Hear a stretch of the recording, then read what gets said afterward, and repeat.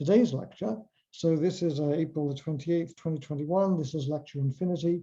And what we're going to discuss today is section 9 in my notes of this section, which is the form of the correlation function below TC.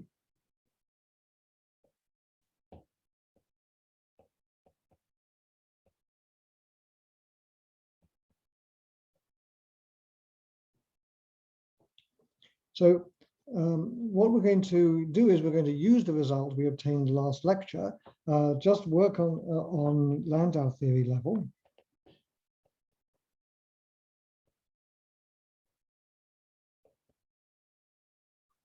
So the goal is from Landau theory, what I want to compute is the correlation function. And remember that now we're dealing with a system with a continuous symmetry.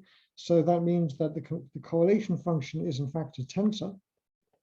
And we're going to be computing this in the ordered state. In other words, typically below TC, not always below TC, in Landau theory. And we know that that should work because of what we did last lecture. Okay, so that's the goal. And what we're going to see is that there is a counterpart to Goldstone's theorem.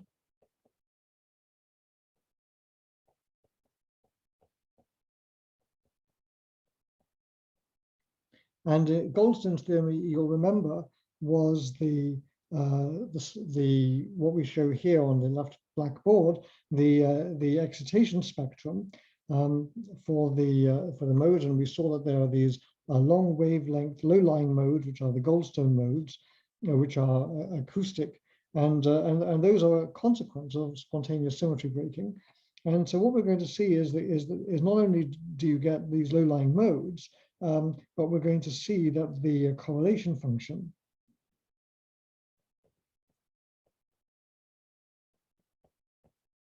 has a particular functional form, a surprising functional form below TC.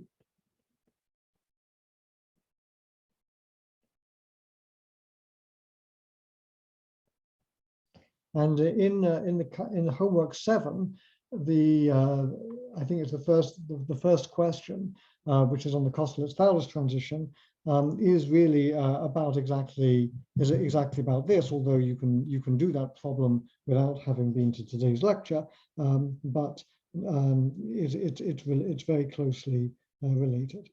So let me fast forward through last lecture. So here's where we are, and let's go down to business. So what is the strategy that we're going to use?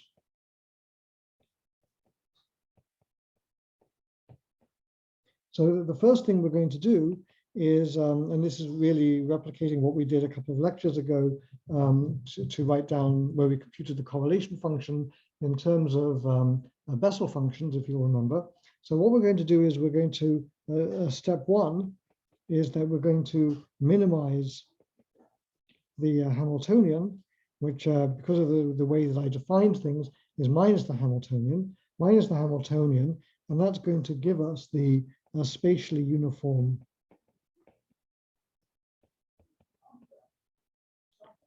stationary state.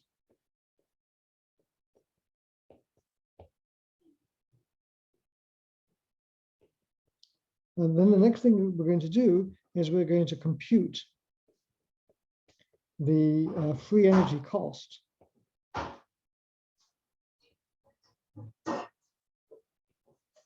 of a fluctuation to lowest order.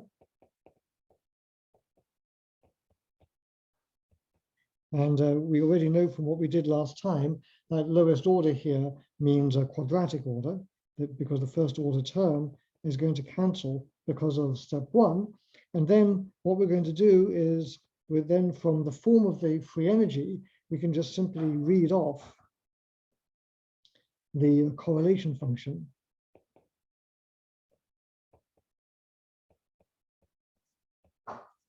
using the equipartition theorem.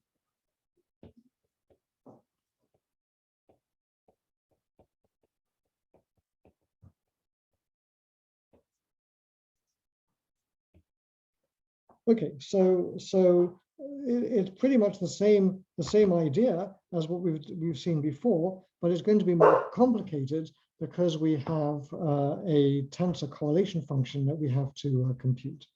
So let's get started then with step one.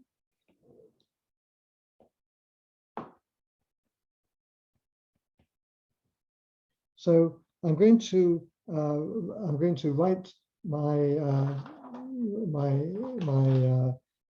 the homogeneous part of the free energy.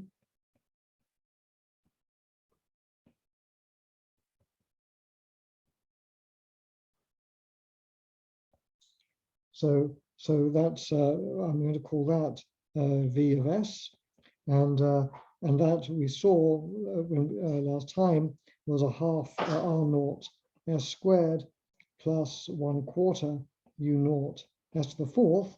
And you'll remember that the Landau free energy in the way that I'm writing things is simply grad S squared plus V of S. So that's how I'm defining this, and I've gone to units where I've normalized the coefficients to be 1 for the gradient term, actually 1/2, I think. Okay, so let's have a look at V of S, and to make the algebra easier, I'm going to literally write it using Einstein's summation convention.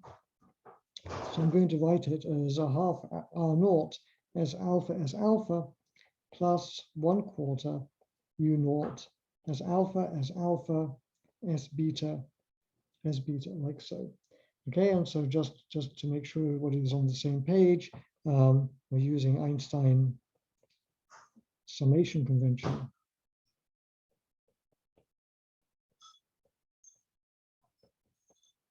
Which means that we sum over repeated indices.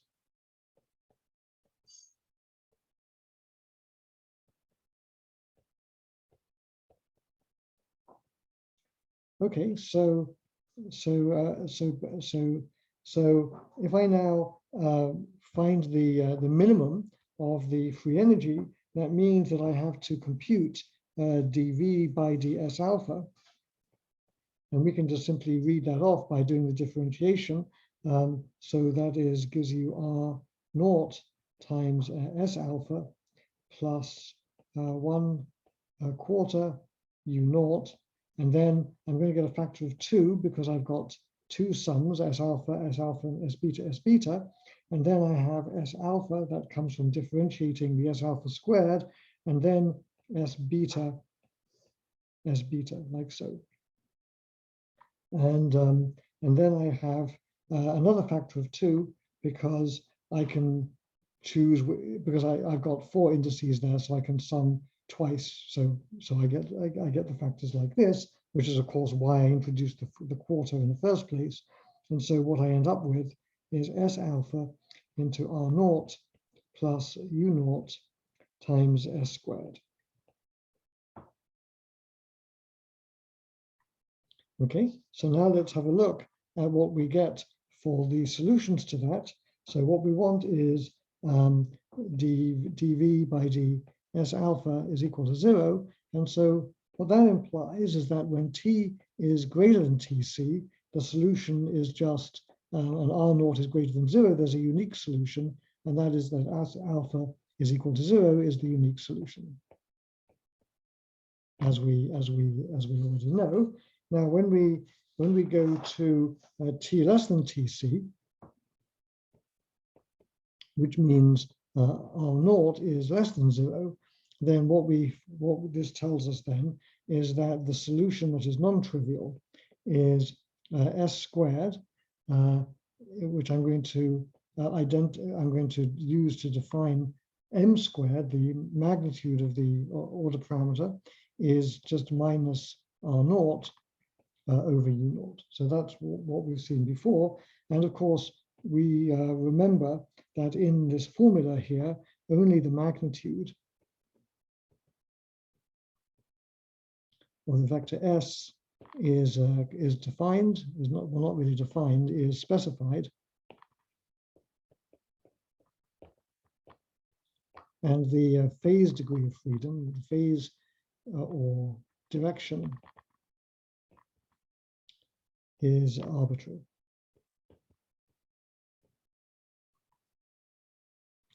Okay, so and that's the continuous degenerate the manifold of continuous degenerate solutions. Okay, so now what we're going to do is assume that the system spontaneously breaks the rotational symmetry in spin space. So now assume that the system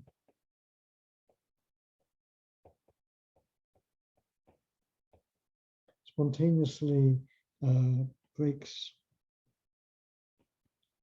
the phase symmetry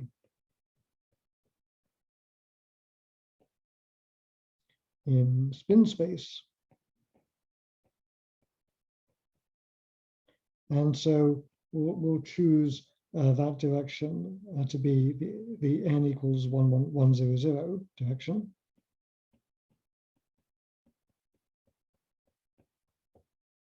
Like so. So then we can say that S is equal to n, the magnitude of the system, of the ordering in the unit direction. Okay, so that's step one. That's the mean field solution. And in equilibrium, it's going to be spatially uniform because any spatial variation costs energy, and so we want to get rid of that. Okay, so now we want to look at what happens when we have fluctuations. So now let's go to step 2.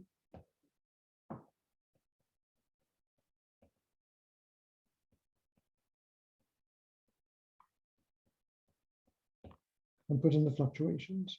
So the way I'm going to write that is now we're going to write S now as a function of R, and it's equal to the uniform solution, which is the solution of the homogeneous equation, and then a fluctuation, and I'm going to write the the fluctuation as a variable which we'll call phi of R, which of course is going to be a vector in spin space. And just to make the notation easier, I'm going to multiply this by a factor n as well. And so this is the mean field solution. And then this part here is the fluctuation. Okay, so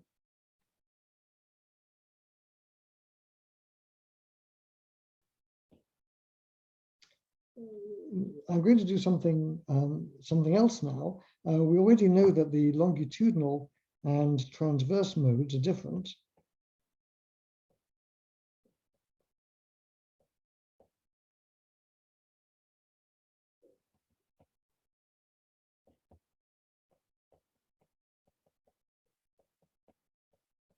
And so what I'm going to do is I'm going to write this further, decompose the fluctuation part into a longitudinal part and a transverse part. And I'm going to write it like this. So in front we have our factor of n that sets the scale. Then we have the unit vector in the direction of ordering. And then the fluctuation, now I'm going to decompose into a fluctuation phi 1 in the direction of ordering, like so, and then a vector, which I'll call phi transverse, which is orthogonal to the direction of ordering. So this phi transverse is a vector, whereas phi 1 is of course a scalar. And when I write this down, phi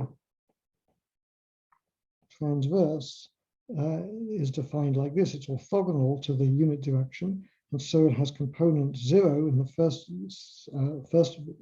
vector position. Oh, why does this keep happening? Please don't tell me I lost the lecture. Oh no, I didn't. Phew. Okay. Phi 2, phi 3, phi 4, all the way up to phi n. Okay, so this is the transverse and this is the longitudinal part. And now what we're going to do is substitute this into the fluctuation, into the potential. So the potential has a quadratic term over here and a quartic term over here on the left. So we need to compute what those are. So those are particularly easy due to the notation that I've used. So s squared over m squared is the following. It's 1 plus 2 phi 1 plus phi 1 squared plus phi perpendicular squared. And all I've done is take this formula for s and just literally squared it.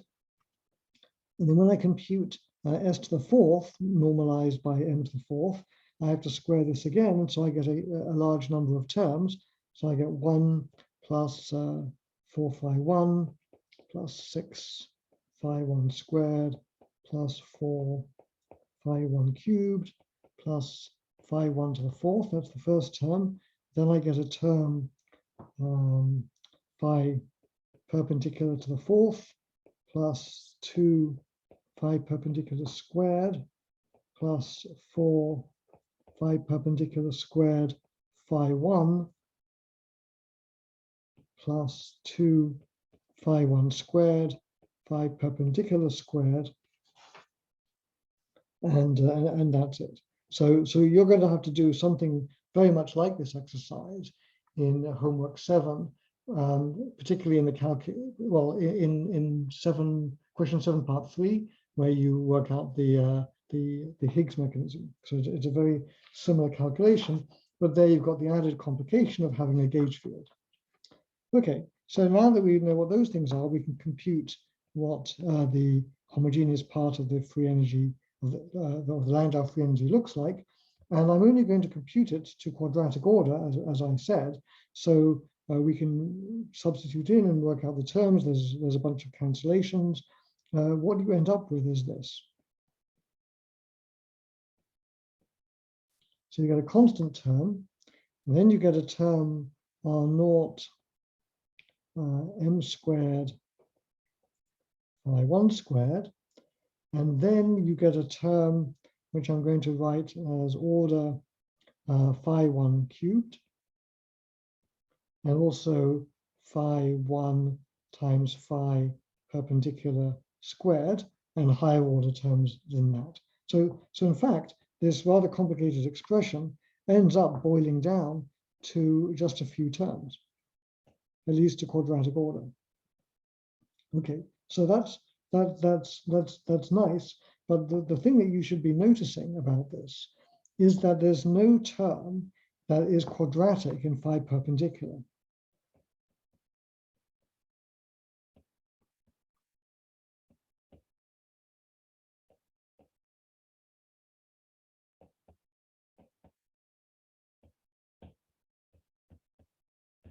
And you might not have expected that, but you can see from the calculation that that's what happens. So let's now go back to the calculation, and then let's write out what the gradient term is.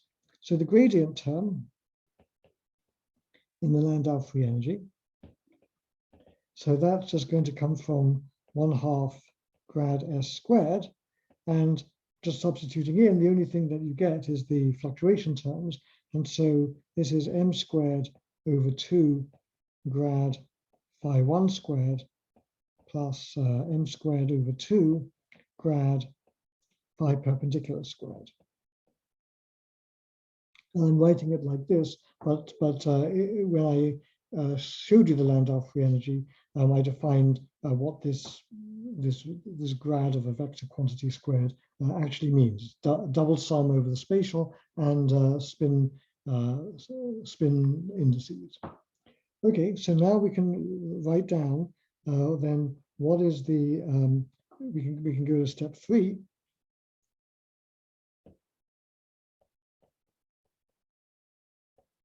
So step 3 is to write down the effective Hamiltonian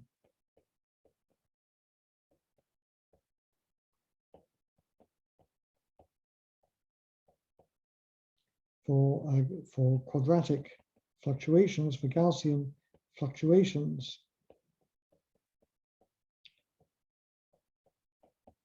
about the mean field theory.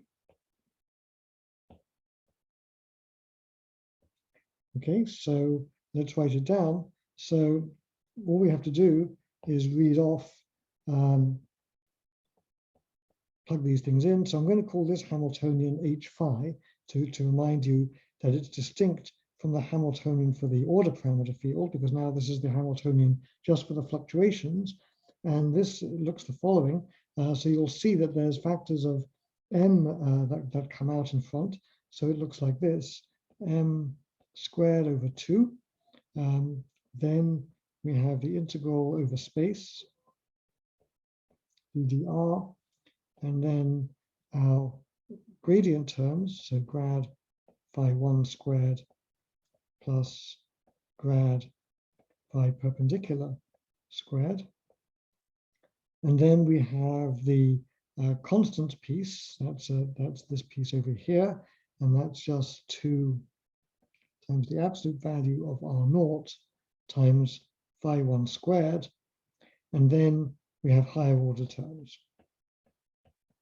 which are the ones that we left out, the cubic and higher order terms. So that's our effective Hamiltonian. Now, what you'll remember was that the trick that I showed you last time was that once I've got this Gaussian Hamiltonian, we can write it down in terms of Fourier components. So the trick is to write it down in the Fourier components. And that's straightforward to do because we are just looking at Gaussian fluctuations. So it's quadratic. And so from Parsifal's theorem, we can write this thing down straight away in terms of the Fourier transforms of the fluctuations. So, so we write it down in Fourier components, and then from that we can read off the correlation functions in K-space.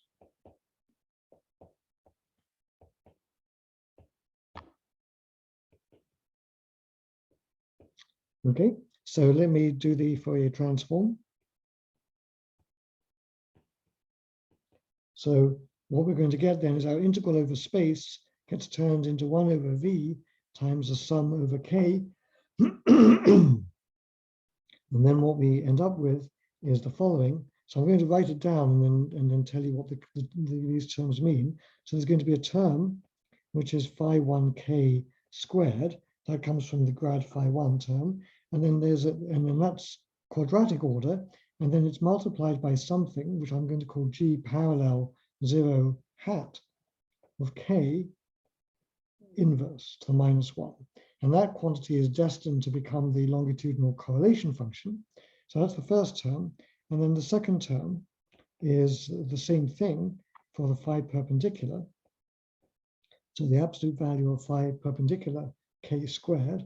Let's put some top hats on those so you know that they're Fourier variables. And then the other term that we're going to read off, which is going to be destined to become the transverse correlation function, at least the inverse, the functional inverse of that, or in K-space, the algebraic inverse. Okay, so let's go and read off what those terms are, and you can kind of do it in your head just from looking at the formula here on the previous page. So we can see fairly quickly that G parallel of K to the -1 is basically 2R0 plus this thing in Fourier space. And so that's going to be on the denominator 2R0 plus k squared, and it's in the denominator because this thing over here is g to the -1, the functional inverse. And then since we have this factor of m squared out in front here, I have to divide by that factor. And so that gives me a factor of m to the -2 up here.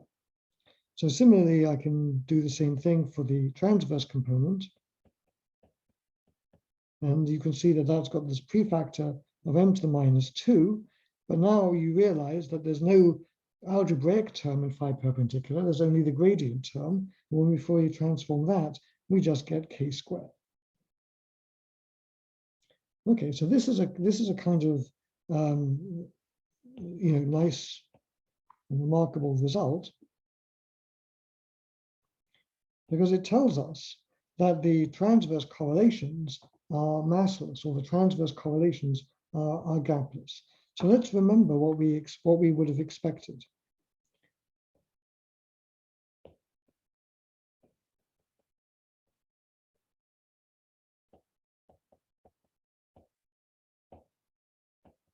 So let's suppose that I was looking in D equals 3, and let's suppose I was looking at a system with a scalar order parameter. So I was just looking at the longitudinal correlation function.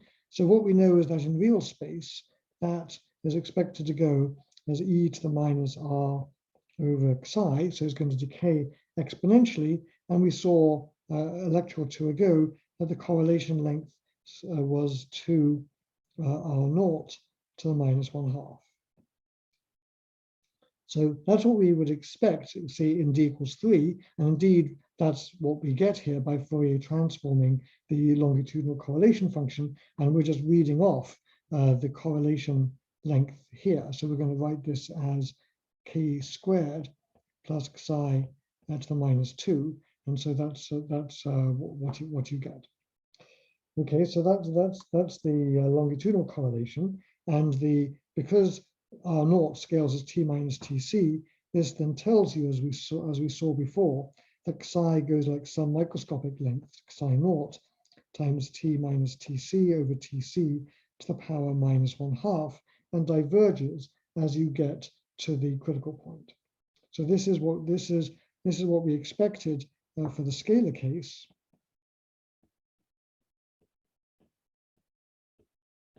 And is true here for the longitudinal case, for the longitudinal correlation function.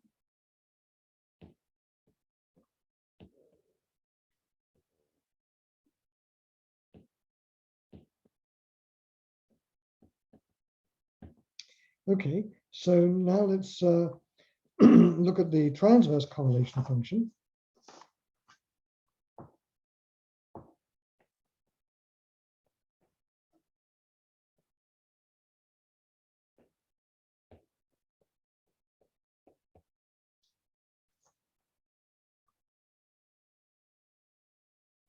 So this transverse correlation has two things that are important. So the first thing is it's a power law function of k.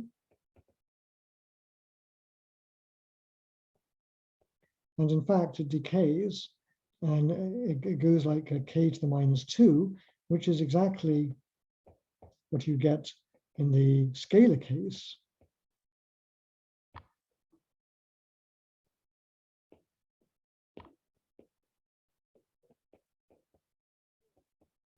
So there's only one variable, not a continuous variable. Is exactly what you get in the continuous case, exactly at the critical point. Okay, so at TC in the usual case, you get the power law decay of correlation functions, which in mean field theory goes as k to the minus 2. But the difference is that this is true for all temperatures.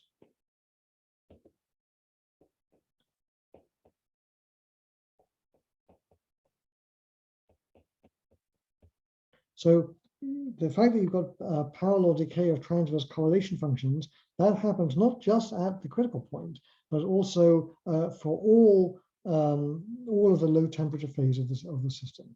So that's the first thing to notice about the transverse correlation function. The second thing to notice about it is that it has a pole.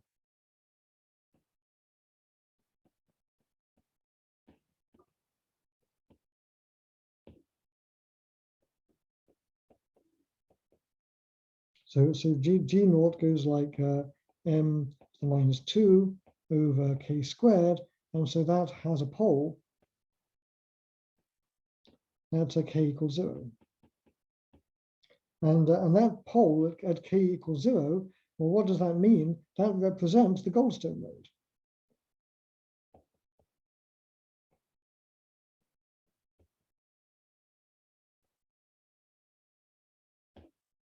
So in the ON model, we've got one longitudinal mode and n-1 transverse modes, and those modes are massless modes, and the pole at k equals 0 literally represents those particles. So in other words, if you want to think of the Goldstone modes in quantum form as being actual particles, Goldstone bosons, then the pole in the correlation function tells you about those particles.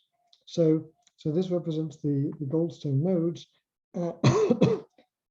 and for the ON model, we have one longitudinal mode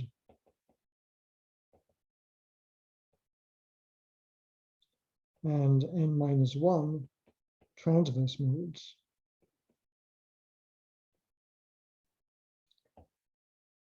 And if I write down the form of the correlation function, I'm going to write it down using a slightly different notation. So if I write down G parallel of K, so what that's going as is 1 over K squared plus M squared. It's not the same M as the order parameter. It's a mass of the parallel modes. So that would be how you would write the propagator in quantum field theory. For those of you who know quantum field theory, you'll recognize this. For those of you who haven't taken quantum field theory, don't worry about it. But you may have seen this before. But this then tells you the this then tells you the let's use a brighter color. This then tells you the mass of the longitudinal excitations.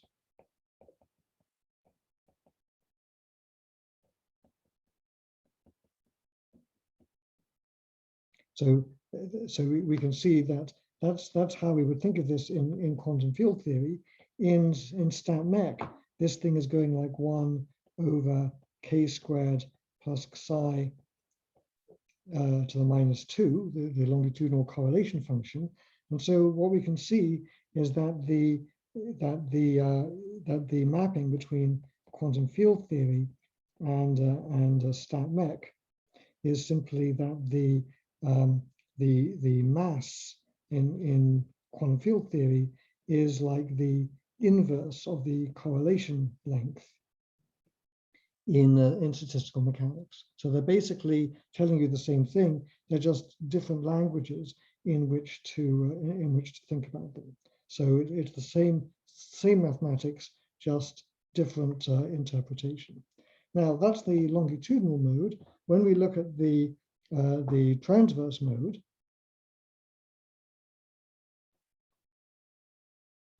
so now we have the G perpendicular of K is going like 1 over K squared plus the mass of the transverse particle. So that's the propagator in quantum field theory. And we see that this is going like 1 over K squared plus psi perpendicular to the -2. But we also know that, because we just did the calculation, that psi perpendicular is equal to infinity. In other words, psi perpendicular to the -2 is equal to 0. And so that then corresponds to the mass of these transverse particles is equal to 0. And so going back to our correspondence, so this is the way we think about this in statistical mechanics. This is the way we might use it in quantum field theory. And we might, in quantum field theory, we would call these things, the quantized form of them would be Goldstone bosons, which are massless. And here, these would be Goldstone excitations or modes,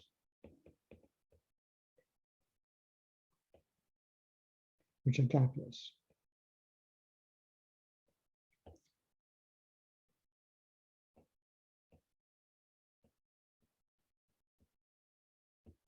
So that's the correspondence.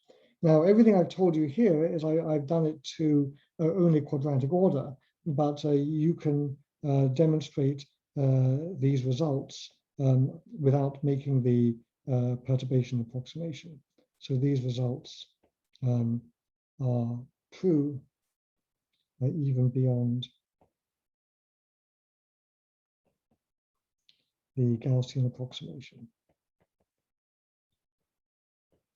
And it's not particularly difficult to demonstrate that, but you need to invoke, a little bit more formal field theory apparatus, which I'm not going to go into. So a lecture or two ago, I gave you the caution that not every massless or gapless mode is a Goldstone mode, and so let me just remind you of this of the caution.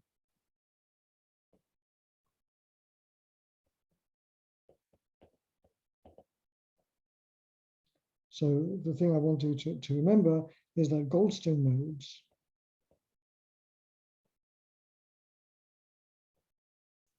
are, let's use the word massless modes, are particles that arise only due to spontaneous breaking of a continuous symmetry.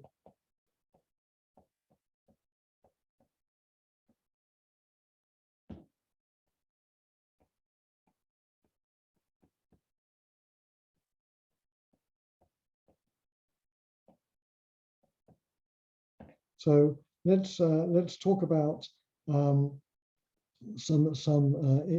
actual examples, and an example of something that's not a Goldstone mode. So examples can be the following. So we could have spin waves in a magnet, so a Heisenberg magnet, but not an Ising magnet. So that would be one good example. Another one might be phonons in a solid, but these would be transverse phonons.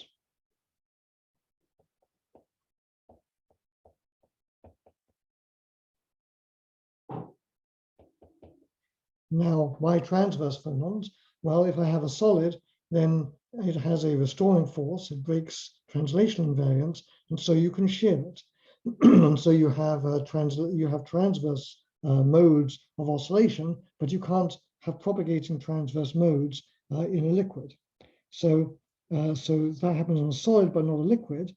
On the other hand, you can have also longitudinal phonons in a solid. So you might say, well, are those Goldstone modes? Those also can be acoustic, but they are not.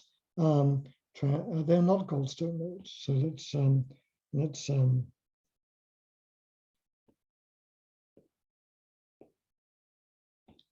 say that these are not Goldstone modes.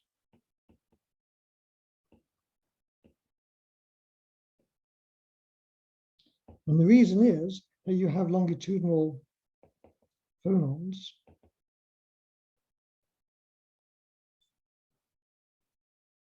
in a liquid as well. And so if you think about what is happening as a function of the temperature, so let's suppose here is the transition between a liquid and a solid.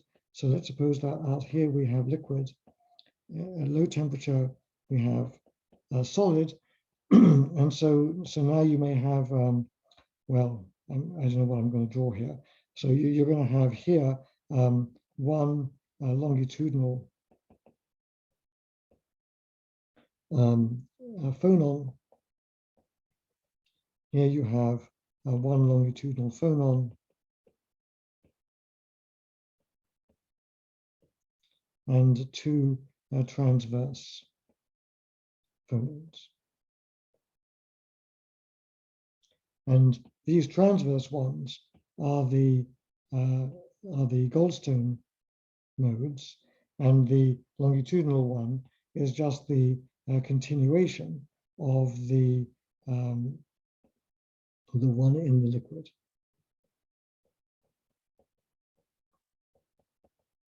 And so because it's a continuation, it's not due to spontaneous symmetry breaking, because there is no spontaneous symmetry breaking in the liquid state. Now, why are there two transverse phonons? Yeah, why? It depends on the symmetry group that you're talking about. So I'm thinking of a situation where there might be such a thing, but in principle it could be more than that, I guess. The number two is not a number that I wrote down with any careful thought. Okay, so that's all I want to say about Goldstone theorem and so on. So what I want to talk about next is the emergence of order parameter rigidity. Can I ask a question? Yeah, sure. Could you explain again why in a liquid we cannot have transverse phonon again? Because a liquid doesn't have a static shear modulus, so there's no restoring force. There can be a decaying mode, so there can be modes that are frequency dependent, but there's no static modes. That's the whole point of a liquid. A liquid cannot resist a transverse deformation, whereas a solid can. So if I put something into a box and change the shape, that costs energy if you're a solid. It doesn't cost energy if you're a liquid. Okay, I see. Yep. Okay, good question. All right, so let's talk about now another epiphenomenon of spontaneous symmetry breaking, which is the emergence of order parameter rigidity. And again, this is also something that you're calculating in the homework.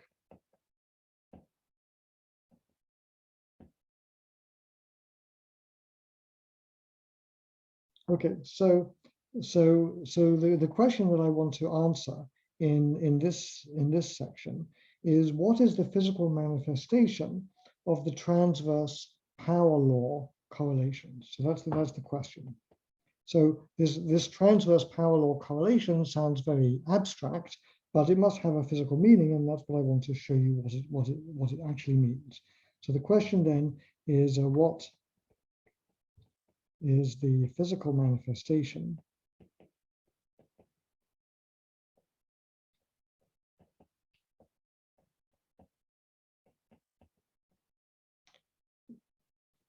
of the transverse power law correlations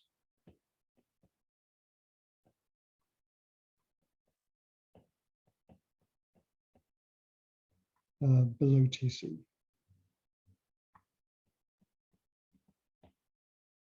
Okay, so that's the question. And so what is the answer? So what I'm going to show you is the answer is that the order parameter acquires rigidity.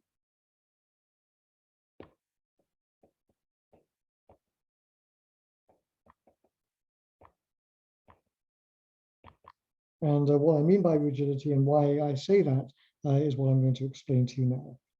So let's write down what our effective Hamiltonian for the fluctuations looks like. So I wrote that down just a couple of blackboards ago. So here's the formula. Well, there it is in K-space. There it is. Nope, that's not what it is.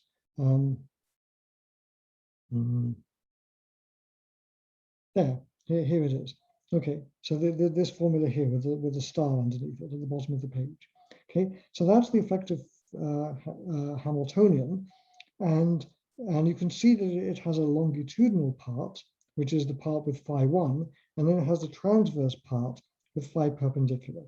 So let's not worry about the longitudinal part. So I'm going to write this down as the longitudinal part, which I don't care about.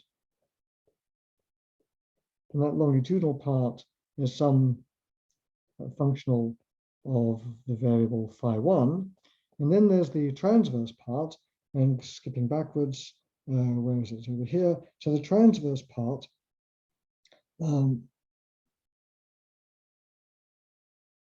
only has one term in it, and that one term is this one over here. So the transverse part then has just 1/2 integral dr times grad phi perpendicular squared.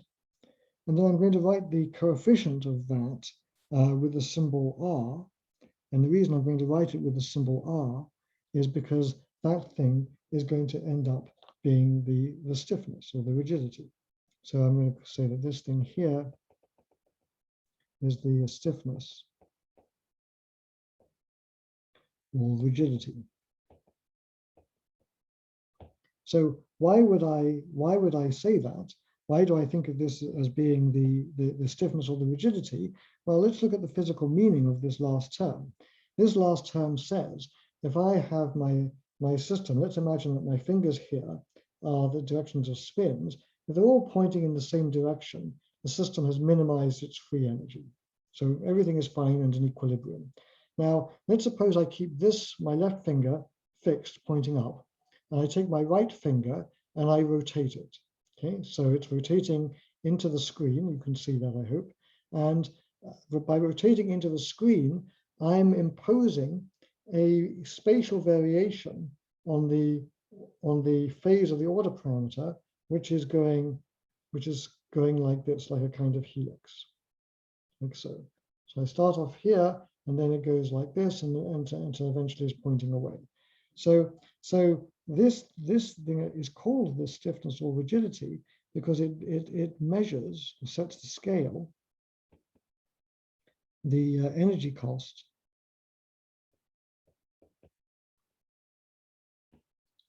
for a spatial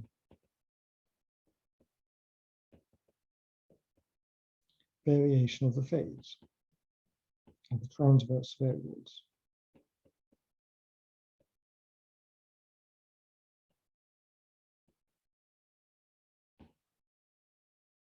And so what it tells you is the bigger the value R, the bigger the energy cost necessary to make a given phase variation. So let's suppose you ask the question, I insist on making this phase variation in my system, so the one I've just shown you. How much energy does that cost? Well, if R was 0, it would cost nothing. That's what would happen above TC. If I'm well below TC, then the rigidity might be very large, and that would be a very high cost. And so you would say that this material, to bend it in this way, to deform the phase of the order parameter in this way, is a very expensive operation, very hard to do. And so you have to acquire a lot of force to do it. And so therefore you would say that the system is very rigid. So I can write that down. If I impose a given spatial variation of,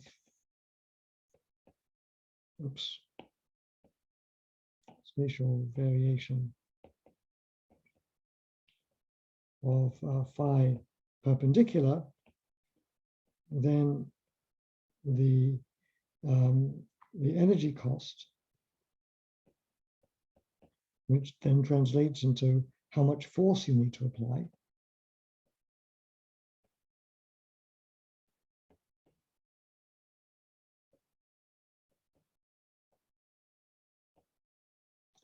gets bigger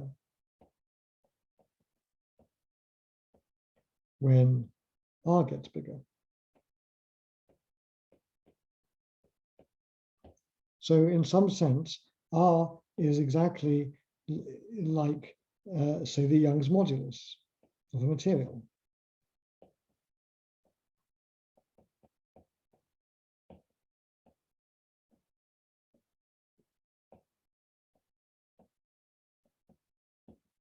And so it tells you how bendy things are, how easy it is to bend things. And so that tells you that then justifies why we call it a rigidity or a stiffness.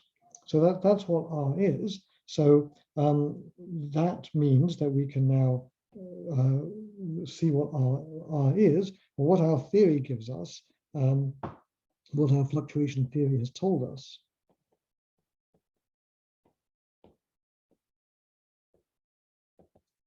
has told us that we can just read off that R is exactly equal to m squared, the order parameter squared.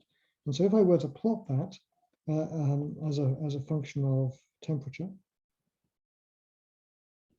so here is T along the horizontal axis, here is M, here is, let's say, TC like so. So then what we have is that the order parameter, as we know, is 0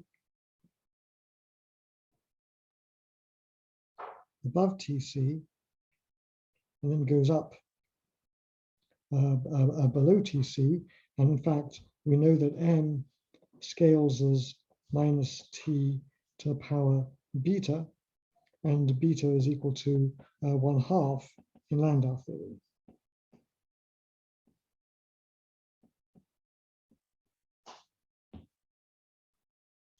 And so if beta is equal to 1/2 in Landau theory, then that means that R goes like beta squared, 2 beta.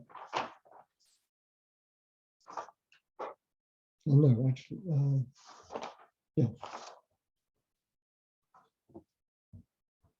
So what we've learned is that R scales like minus T to the power 2 beta, at least in Landau theory.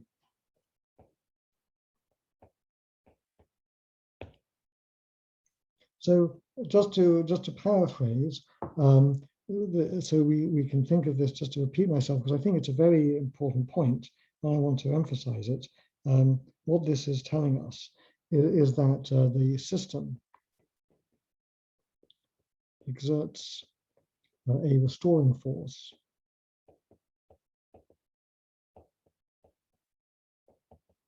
in response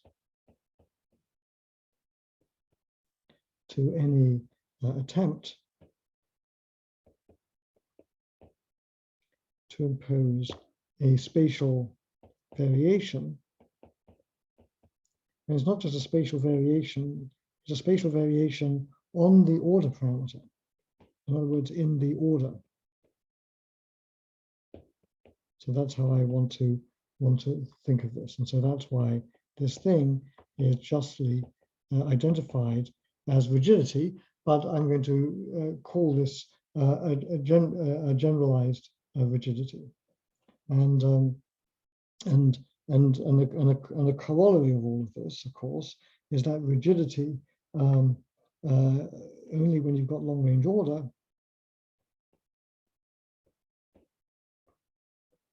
can the rigidity be non-zero. And we see that explicitly because R goes like m squared, at least in Landau theory. So this is true when T is less than Tc. On the other hand, R is equal to 0 when T is greater than Tc. Okay, so let me make another comment about the connection to the correlation functions. So the comment is this: the longitudinal correlation function, longitudinal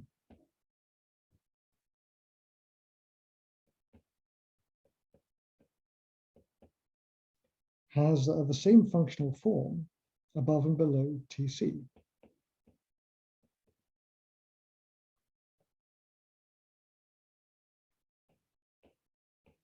So it exponentially decays above and below Tc.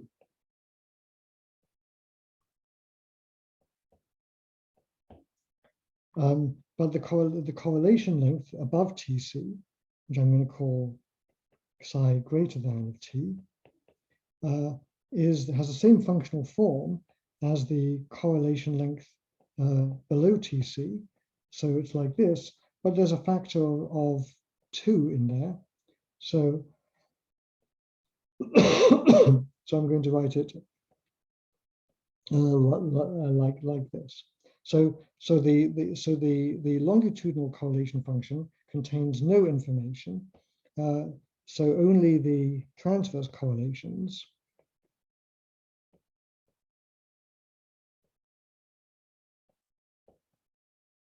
and hence the response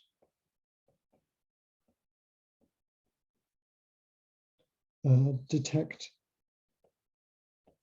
the signature of ordering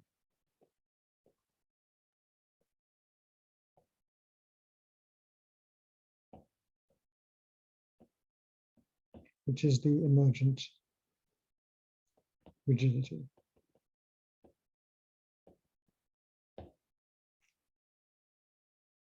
So let me give you an example of this. So let's talk about magnets first of all.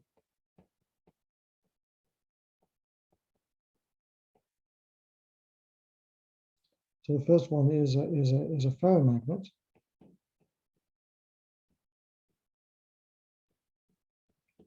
So a ferromagnet is different from a paramagnet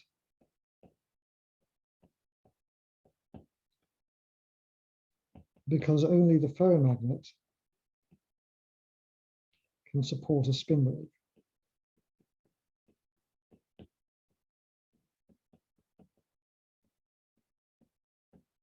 So that's the ordering that's present there, and in that case, the coefficient of the transverse term in the free energy is known as the spin wave stiffness.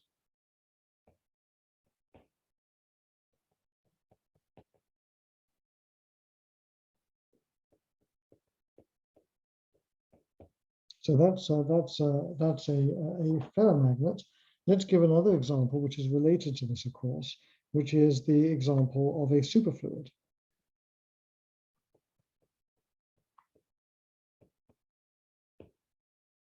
So when we talk about a superfluid, what is the corresponding term? Well, remember that the Vs goes like h bar over m times the gradient of the phase of the wave function. So we saw that early on in the course, and the contribution to the Hamiltonian, the long wavelength Hamiltonian for superfluid is equal to this.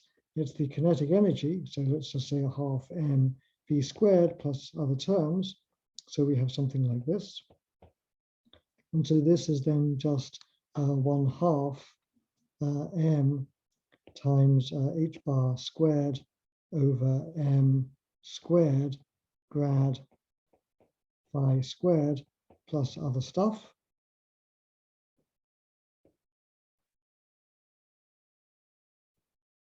Like so, and so this thing I can read off. This looks like the integral in our two fluid model of the superfluid density rho s times grad phi squared or v squared plus the longitudinal parts. And so we think of rho as being the superfluid density,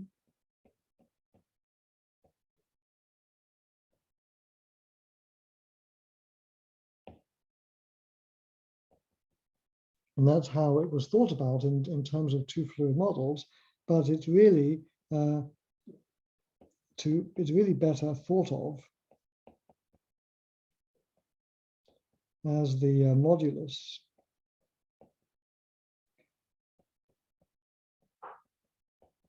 associated with deformations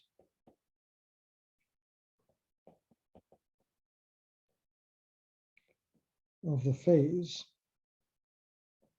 of the condensate wave function.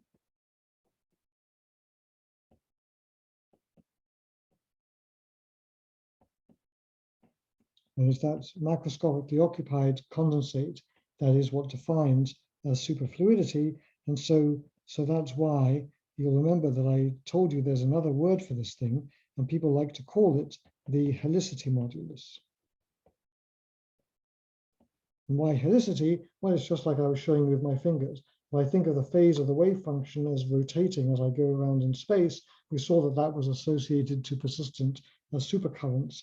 And so the stiffness associated to that is the superfluid density, but we should think of it as a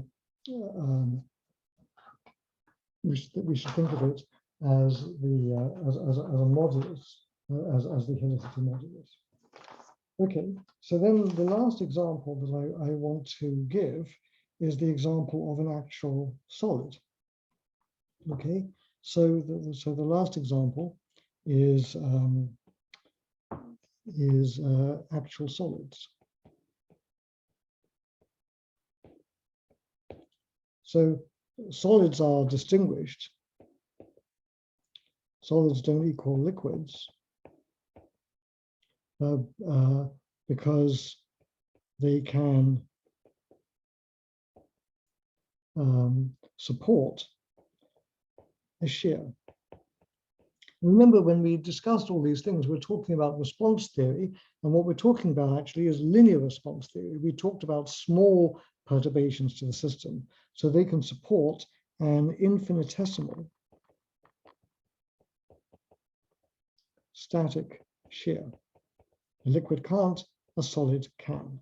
So that's the definition. So you might say, well, how do I measure the shear modulus of a solid? So you may think back to your days in a physics lab where you might take a material and you might put it in a rheometer and you might perturb it by shearing it, and you might measure the frequency dependent shear modulus. So the way you would measure this, measure using the frequency dependent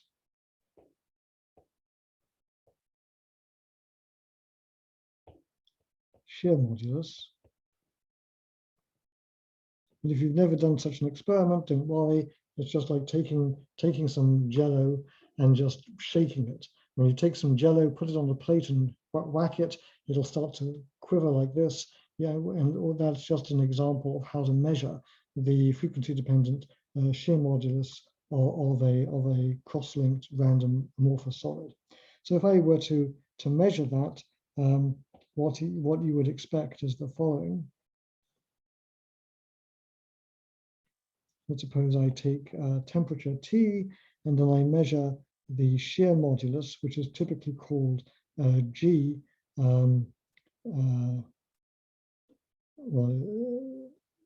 I'm just going to call it G at as omega tends to 0. So that's what this thing is. It's a shear modulus, and normally for a solid, we expect the transition from liquid to solid to be a first order transition. And so what this curve would look like would be something like this. It would be 0 up here, and then there'd be some discontinuity, and then it would be something like this at lower temperatures. And this thing here is a discontinuity because it's a first order transition.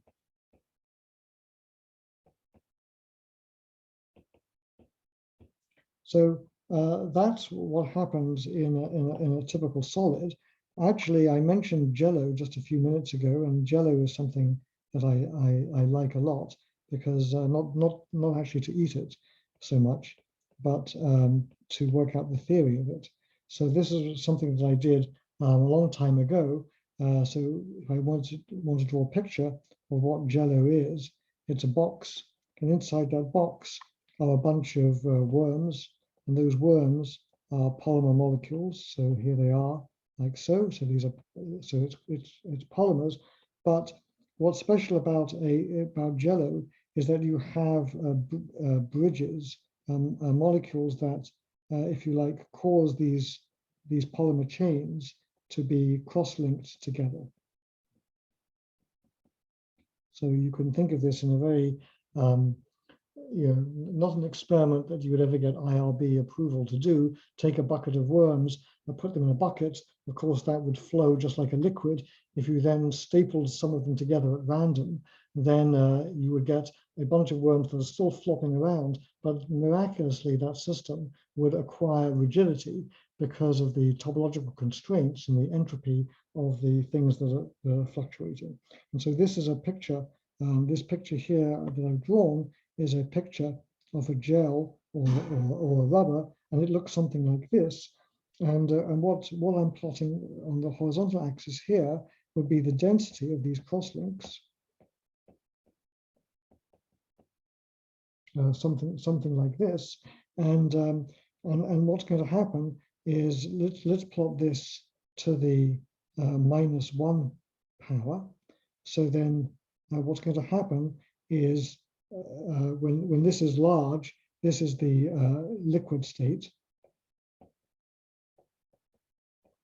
When this is small, that means there's a high crosslink. So this is the solid state. And this is this would be called a gel. And then in between, you have this transition, but the transition, unlike what I've shown you above, actually turns out to be a second order transition. So it's a continuous transition.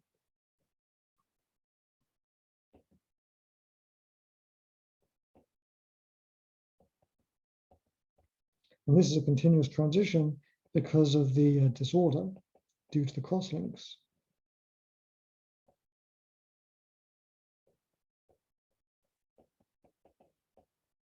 And many years ago, Paul Goldbart and I worked out the theory of this. And the way we did it was exactly as I've shown you in class. We started off with a mathematical representation of cross-linked polymers.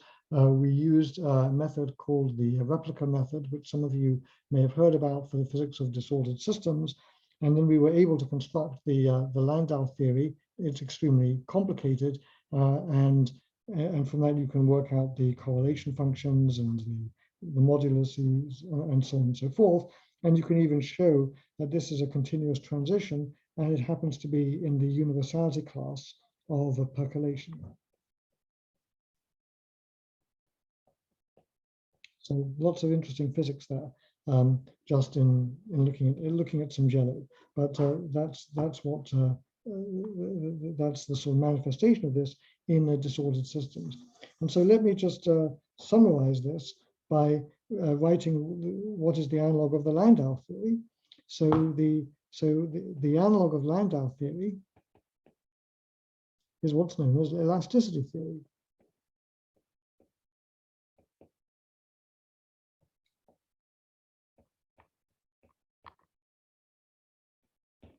So that's the coarse-grained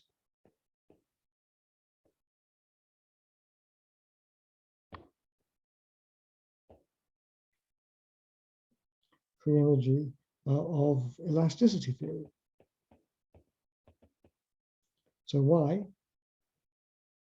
Well, what is elasticity theory? Well, I know that most of you haven't had a course in continuum mechanics. So, but let me just write it down. So I'm going to write it down for an isotropic solid to hide from you the full glories of the tensor theory.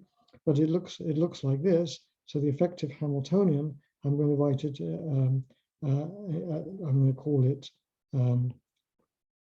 as a function of U. So U is a tensor called the strain tensor, and this has the following form. Let me just write it down and I'll make some comments. So it looks like this.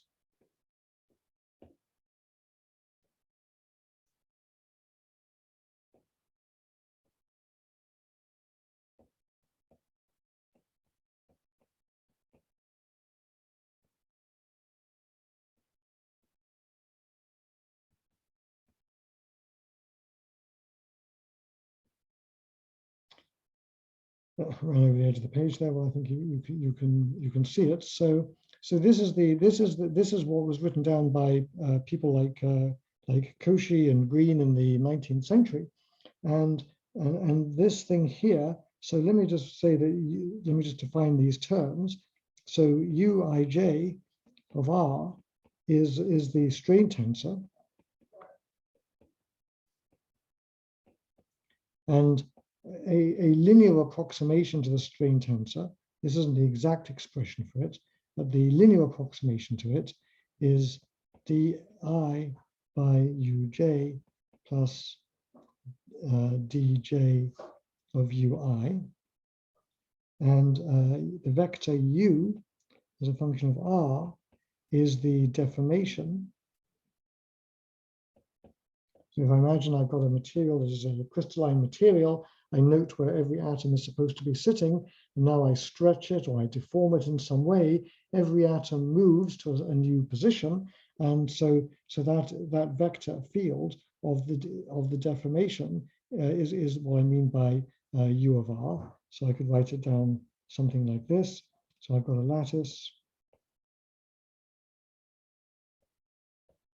like this, and then what I do is I deform it. So let's write it down like this, and then I can see where did each point move to, so I can work out the mapping from, say, this point to over here. I can see where it moved to, and so its displacement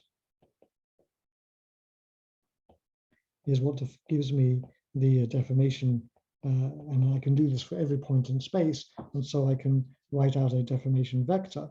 And then from that deformation vector, I can construct the strain tensor, and that's the object that goes in to the effective Hamiltonian. And it goes in terms of these two scalars. So this thing here and this thing here are how I want to call them, invariant scalars.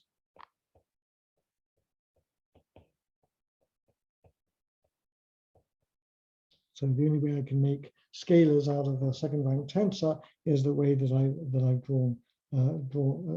drawn here. And then this coefficient lambda has a name. It's called the Lamé coefficient.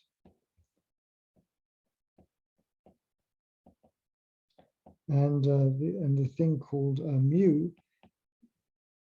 is known as the static shear modulus. The things I was calling G of omega goes to 0. So that's that's what people already knew in the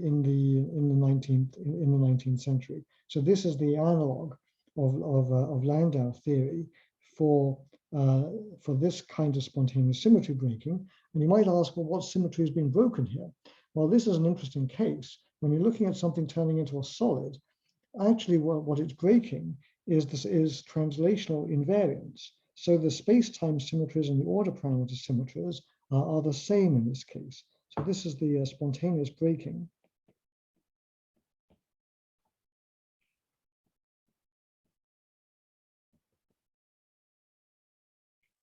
Of a translational symmetry.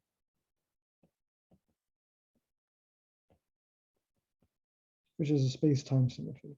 So space-time symmetries can also be broken, and in fact, space. Here's an interesting thing: space-time itself might well be a emergent property. It may emerge from the breaking of some other thing, and then you might ask, well, what is the long-range correlations that are engendered by that? Well, when you form space-time, you can generate transverse correlations and so on, and those can be interpreted as gravity. So there's a whole thread of study trying to understand gravity as an emergent symmetry from the existence of space-time, and so that's a super interesting topic that relates to things like string theory and so on. Okay, look, I'd like to, if you want to ask a question about that, can it be at the end, please? I want to just finish the lecture. Okay, so let me finish now. I want to talk about the behavior of the stiffness near TC.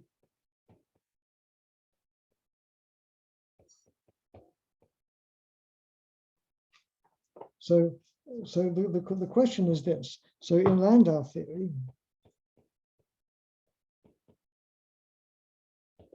what we saw was that the stiffness went as m squared, which goes as minus t to the power 2 beta. And that's true for t less than 0 and beta is equal to 1/2. So this is not quite correct beyond Landau theory. And I want to just introduce you to a scaling argument that tells you how to correct this. So what I want to do now, just for the last couple of minutes, is I want to ask, is this correct beyond Landau theory?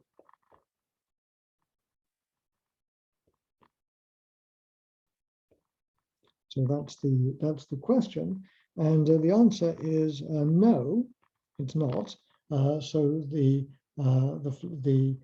fluctuations do make a difference, so beyond quadratic order, but it's easy to calculate how they do that.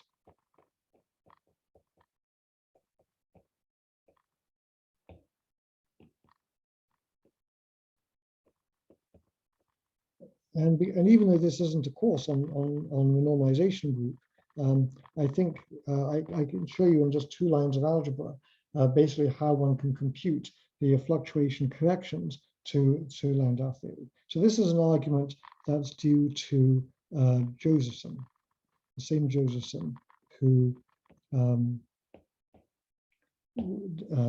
derived the Josephson effect. So this is called the Josephson scaling law. And it's really quite a beautiful argument. So let's write down our form for the free energy of the system. So I'll write it down as free energy rather than effective Hamiltonian, but they're all the same thing. And this, as we've seen, basically goes like R times the grad of phi perpendicular squared integral ddr. Okay.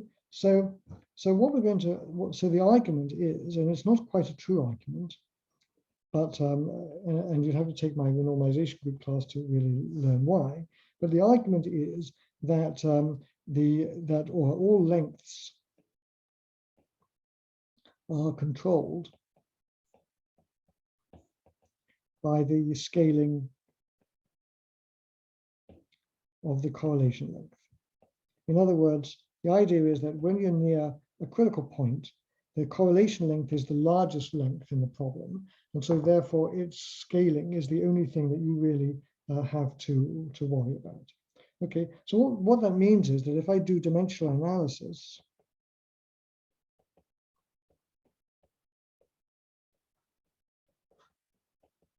any quantity, let's call it Q, that has the dimensions of length, that's going to scale as psi as a function of temperature, reduced temperature psi. So if we have something like this, so then we can ask ourselves, well, how should the rigidity scale? And we can see that quite simply, because if I write this equation star down, look at the dimensions, the left-hand side is dimensionless, that's of order unity, and so therefore this must be dimensionless. So that's going to be dimensionless. Let's have a look at the dimensions. So it goes like R has to go like, well, phi is dimensionless. So I'm going to get 1 over grad squared, or grad squared, which goes like 1 over psi squared. And then the integral ddr goes like psi to the d, and that has to be a constant of order 1, meaning it doesn't scale with temperature. And so what we learn from this is that R itself scales like the correlation length to the power 2 minus the spatial dimension. So that's the first thing that we can write down. Now, the thing that we haven't really discussed in a course like this is that in Landau theory, psi scales like t to the minus 1/2, so it diverges with a square root singularity at the phase transition. But in general, what we have is that psi scales as t to the minus nu, where nu is not equal to 1/2. So that then tells us, so let's now assume this more generalized scaling, then that tells us that, that R actually scales like minus t to the power nu times d minus 2. Now, so that's as far as we can go with the things that I've told you in this class. Let me now tell you some things that are true but won't be evident to you. So the things that are true is that in the normalization group, you learn that there's relationships between the scaling, between the critical exponents.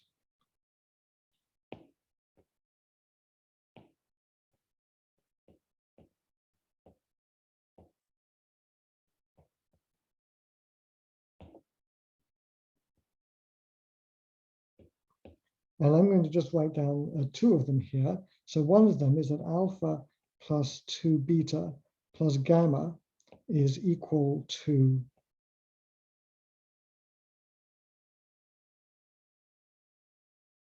well, I got 1 in my notes, but it had better be 2 because, yeah, it's 2. Okay, so there's a misprint in my notes, I think. And that gamma is equal to nu times 2 minus eta. Okay, so what the heck are these things? Because you won't remember what these things are. So this tells you how the heat capacity diverges as t to the minus alpha. Beta, you know, that's the order parameter. And then gamma, you'll remember, is the susceptibility, the isothermal susceptibility. So that's what gamma is. And then this nu is the correlation length exponent. And then this eta is what happens to the 2-point correlation function at Tc.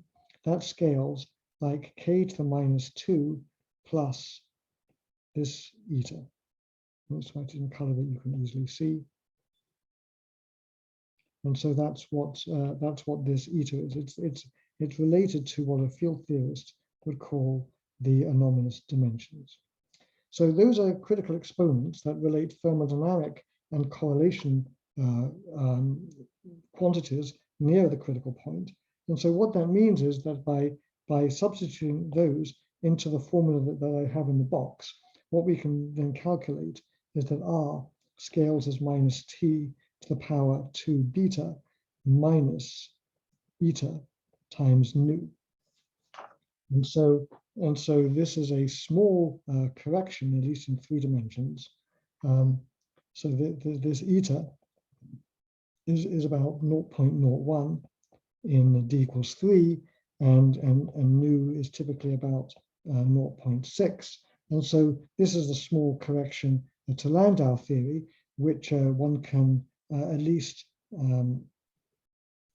calculate, or at least see that it exists without having to do any renormalization group. Okay, so that's where I'm going to finish today's lecture.